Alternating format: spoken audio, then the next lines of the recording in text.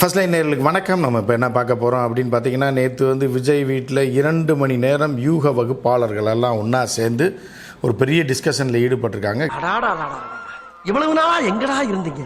நீங்க எல்லாம் ஆரம்பத்திலே என் கூட இருந்திருந்தா ஒருத்தன் அடிச்சிருக்க முடியுமா? கிட்டத்தட்ட யாருக்கும் கரெக்டான டைம் தெரியாது. அங்கே இருந்த பத்திரிகையாளர்கள் ஒரு குத்து மதிப்பாக டைம் சொல்கிறாங்கன்னா, ஒருத்தர் வந்து 2 மணி நேரம்ன்றாங்க, ஒருத்தர் 1 மணி நேரம்ன்றாங்க, ஒருத்தர் 1.5 மணி நேரம்னாங்க. இதில் முக்கியம் என்ன அப்படின்னு பார்த்தா இந்த பிரசாந்த் கிஷோர் பாண்டே என்கிற நபர் ஐபேக் அப்படின்ற ஒரு நிறுவனம் வச்சிருந்தவர். அரசியல் தெரிந்தவர்களுக்கும் ரெகுலராக அரசியல் பற்றி பார்த்து கொண்டு இருப்பவர்களுக்கும் நம்ம சேனல் பார்க்குறவங்களுக்கும் கட்டாயம் தெரிஞ்சிருக்கும் யார் இந்த பிரசாந்த் கிஷோர் பாண்டே அப்படின்னு சொல்லி. தமிழ்நாட்டிலே பிரித்து மேய்ஞ்சது நம்ம தான் அப்படின்னு நம்ம சேனலை பார்த்தவங்களுக்கு தெரியும். ஸோ அந்த பிரசாந்த் கிஷோர் பாண்டே என்கிற நபர் வந்து மோடிஜியால் உருவாக்கப்பட்ட ஒரு நபர். இவர் எப்படின்னா, அமெரிக்காவிலேருந்து ஒருத்தர் வரான் யூக வகுப்பாளர். அவன்கிட்ட வேலை பார்த்த ஆள் தான் பிரசாந்த் கிஷோர் பாண்டே. மோடிக்காக வேலை பார்க்குறாங்க. கடைசி முறை மோடி வந்து முதலமைச்சராக ஜெயித்த காலத்தில் வேலை பார்த்தாங்க. அதற்கப்புறம் பிரைம் மினிஸ்டர் ஆக்கிறதுக்கும் அந்த நேரத்தில் அதில் பண்ண லாபிக்கு உறுதுணையாக இருந்தது அந்த அமெரிக்க நபர். அவர்கிட்ட வேலை பார்த்தால் தான் யாருன்னா பிரசாந்த் கிஷோர் பாண்டே. இவன் வந்து பீகாரை சேர்ந்த இந்த நபர் இவர். ஸோ இந்த பிரசாந்த் கிஷோர் பாண்டே என்ன பண்ணுறாப்புலன்னா, தேர்தலுக்கு பிறகு மோடிக்கு அப்படியே ஒரு மூடியாக மாறி அங்கேயே இருக்காப்புல. அப்போ என்ன பிளான் பண்ணுறாங்க அப்படின்னா, நாட்டில் உள்ள எதிர்கட்சிகள் இருக்குல்ல, யாரெல்லாம் ஜெயிப்பாங்க. இப்போ மம்தாவை தாண்டி யாருமே ஜெயிக்க முடியாது அப்படின்ற ஒரு நிலை இந்த 3வது முறை தொடருது. அதே மாதிரி தமிழ்நாட்டில் ஜெயலலிதாவும் கலைஞரும் இறந்ததுக்கு பிறகு திமுக தான் ஆட்சிக்கு வரும் அப்படின்றது எழுதப்படாத ஒரு விஷயமா இருந்தது. சின்ன பிள்ளையை கூப்பிட்டு கூட கேட்டால் கூட சொல்லும், யார் அடுத்து ஆட்சிக்கு வருவாங்கன்னா திமுக தான்னு. அந்த சூழ்நிலையில் திமுகவிற்கும் யார் உறுதியாக வெற்றி பெற்று அறுதி பெரும்பான்மை பயங்கரமாக வெற்றி பெறுவான்ற இவங்களுக்கும், அதே மாதிரி பார்த்தீங்க அப்படின்னா ஒய்எஸ்ஆர் காங்கிரஸுக்கும் வேலை பார்த்தால் தான் இந்த பிரசாந்த் கிஷோர் பாண்டே. இவர்கள் எல்லாமே நாட்டோட எதிர்க்கட்சியில் அந்த மாநிலத்தை கைக்குள் வைத்திருந்தவர்கள். ஸோ இப்போ இவர்கள் என்ன மாதிரி வியூகம் வகுக்கிறாங்கன்றதை கண்டுபிடிக்கிறது தான் அந்த நபர் வந்தாப்பிலே தவிர, பிரசாந்த் கிஷோர் பாண்டே அவன் வந்து சொல்லிக் கொடுக்குறதுக்கு வரல. இவர்கள்ட்ட ஒரு அமௌண்ட்டையும் போட்டுட்டு இந்த கட்சியோட ஸ்ட்ரக்சர் என்ன, எப்படி கேண்டிடேட்ஸை செலக்ட் பண்ணுறாங்க அப்படின்றதெல்லாம் தெரிந்து கொண்டு அங்கே பாஜகவுக்கு உளவாளியாக வேலை பார்த்த நபர். அதுக்கப்புறம் இந்த 2வது முறையாக இவனை யாருமே கூப்பிடவே இல்லை. யாருன்னா தமிழ்நாட்டிலையும் கூப்பிடல, மம்தா பானர்ஜியும் போன டைம் கழட்டி விட்டாங்க, ஒய்எஸ்ஆர் காங்கிரஸ் தோத்தே போச்சு. ஸோ இப்போ நம்ம என்ன சொல்கிறோம் அப்படின்னா, நீ வந்து முதல்வர் ஆக்குறேன்னா சீமான முதல்வர் ஆக்குறேன்னு நீ இறங்கியிருக்கணும். ஏன்னா இல்லைன்னா இப்போ வேறு யாரையாவது சின்ன கட்சி, இப்போ எங்கள் அண்ணன் ஜான் பாண்டியன் இருக்கார், அவரை முதலமைச்சர் ஆக்குறேன்னு நான் பலர் அவர் ஆக்கி காட்டுறேன் பாருன்னு இறங்கியிருந்தேன்னா நீ மனுஷன். ஜெயிக்கிற கட்சியே இப்போ ஒரு மாநிலத்தில் மிகப்பெரிய கட்சி, அந்த ஒரு கட்சிக்கு எதிர்கட்சியே இல்லைன்ற மம்தா பானர்ஜிக்கும் இதுக்கும் நீ வேலை பார்த்து எவ்வளோ பெரிய அப்பாட்டாக்குறன்றதை இப்போ லேட்டராக இவங்கெல்லாம் புரிஞ்சுக்கிட்டாங்கன்னு வச்சுக்கலாம். இப்படி தோல்வி அடைந்து கடைசியில் அந்த தொழிலை விட்டுட்டு என்ன பண்ணுறாப்புலன்னா, அந்த நபர் வந்து கட்சி ஆரம்பிக்கிறாப்புல. எங்கள் பீகாரில் சொந்த ஊருக்கே போய் செட்டில் ஆகி சொந்த ஊரில் ஒரு கட்சி ஆரம்பித்து பாரதிய ஜனதாவுக்கு உதவுற மாதிரி, அதாவது என்னென்னா நிதிஷ்குமாருக்கு உழுகக்கூடிய ஓட்டு, லாலுக்கு உழுகக்கூடிய ஓட்டை உடைத்து அதை ஒரு பக்கமாக பிரிச்சிட்டோன்னா பிஜேபி ஈஸியாக அதிக இடங்களில் வந்துருன்ற மாதிரி. ஏன்னா இந்த ஓவைசின்னு ஒரு நபரை பற்றி போடுறதில்ல, அந்த மாதிரியான வேலையை அங்கே செய்து கொண்டிருக்கும்போது இடைத்தேர்தலில் போட்டி போட்டு மண்ணை கவி கேவலமாக 1500 ஓட்டு தான் வாங்குறாங்க. இவன் வந்து யூக வகுப்பாளர் கிடையாது, அவங்க கூட இருந்து வேலை பார்த்துட்டு வந்து யூக வகுப்பாளராக இருந்து இவர் வந்துட்டா இப்போ இவன் ஜெயிச்சிருக்கணும்ல. யூக வகுப்பாளர் அவனே கட்சி ஆரம்பித்து அவனே நிற்கிறான், அப்போ அவன் ஜெயிச்சிருக்கணும்ல. அதை கூட புரிஞ்சுக்கிறாத கூமுட்டைகளாக தமிழக அரசியலில் சில பேர் இருந்துட்டு விஜய் வந்து அவனை கூப்பிட்டு பேச்சுவார்த்தை நடத்துகிறாப்புல. இது ஒரு பக்கம். இந்த நபர் ஒன்றாச்சா, இவன் கூப்பிட்டு வந்தது யார் அப்படின்னு பார்த்தீங்கன்னா, நம்ம லாட்ரி மார்ட்டினோட மருமகன்.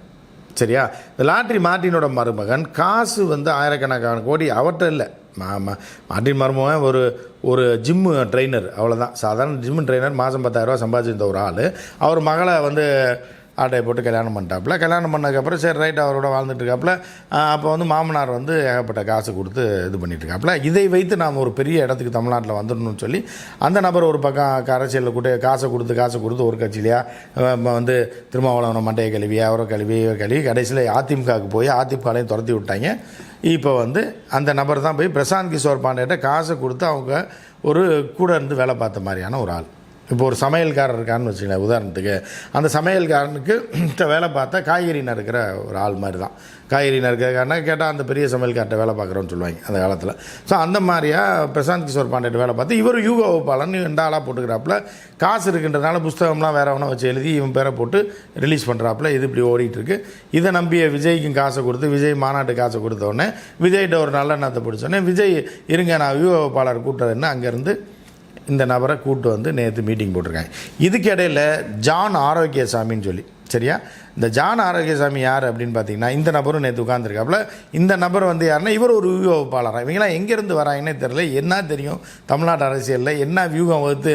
சரி, விஜய் வந்து ஒரே ஒரு சவால் நம்ம விடுவோம். விஜய் வந்து நீ முதல்வர் ஆகலைன்னா 3 பேரும் மருந்து குடிச்சு ஆகிறதுக்கு தயாராக இருக்கீங்களா அப்படின்னு ஒரு சவால் விடுவோம். வியூக வகுப்பாளர் தான் பெரிய ஆள் தான்றீங்க, ரைட், அப்படியே வச்சுக்கிறோம்யா. உன்கிட்ட 100கணக்கான கோடி இருக்குது. ஏன்னா ஜான் ஆரோக்கியசாமி வந்து பெரிய யூக வகுப்பாளராக, பிரசாந்த் கிஷோர் காண்டே அதை விட பெரிய யூக வகுப்பாளராக.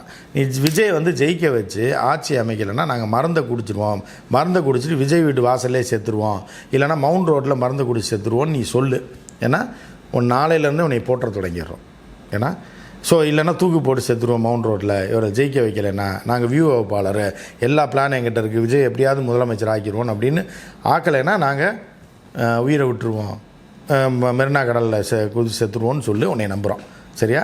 இப்போ இந்த மாதிரி 3 டுபாக்கூர்களை வச்சு என்ன பண்ணுறாங்கன்னா, தமிழக அரசியலில் குழப்பத்தை விளைவிப்பது, காசை ஆட்டையை போடுறதுக்காகவும் ஒரு ஒரு பெரிய பிளானை தான் நேற்று விஜய் வீட்டில் வச்சு போட்டிருக்காங்க. மொத்தமாக விஜயை ஒழிச்சு கட்டுவதற்காக.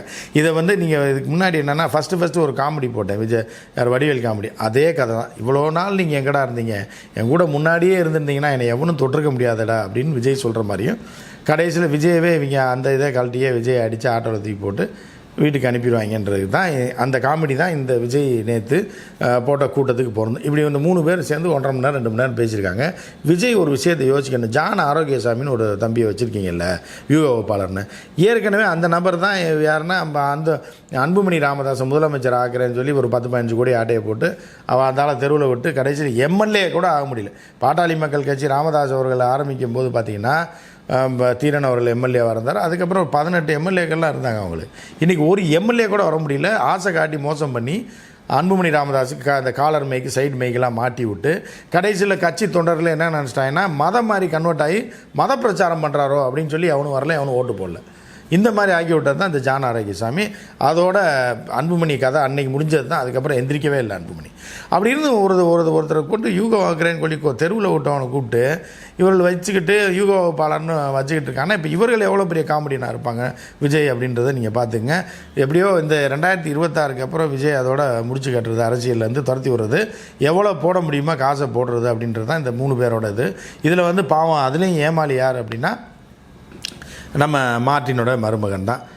இப்போ இது இவங்க 2 பேரும் சம்பாதிச்சு போயிடுவாங்க, மார்ட்டின் மருமகன் காசை விட்டுருவாப்புல. இதுதான் 2026 நடக்க போகுது. இந்த காமெடியை நம்ம பொறுத்திருந்து பார்ப்போம்.